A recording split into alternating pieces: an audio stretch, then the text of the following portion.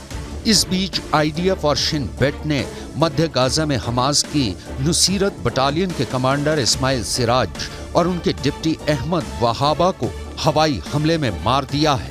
Nuseirat battalion ने कथित तौर पर 7 अक्टूबर को किबुत्स बेरी पर हुए हमलों की जिम्मेदारी ली थी। इजरायली सेना के मुताबिक मध्य गाजा के शरणार्थी शिविर हमास लड़ाकों से भरे हुए हैं, जबकि खान यूनिस इलाके में हमास का भूमिगत सुरंग नेटवर्क इजरायली सेना की जीत में सबसे बड़ी रुकावट बना हुआ है। इजरायली सेना ने ऐलान किया है कि गाजा जंग 2024 में पूरे साल तक जारी रहेगी। לא עוצרים עד שמנצחים. אסור לעצור את המלחמה עד שנשלים את כל יעדיה. חיסול החמאס, החזרת כל חטופינו, והבטחה שעזה לא תהווה עוד איום על ישראל. אני אומר זאת הן לאויבינו והן לידידינו.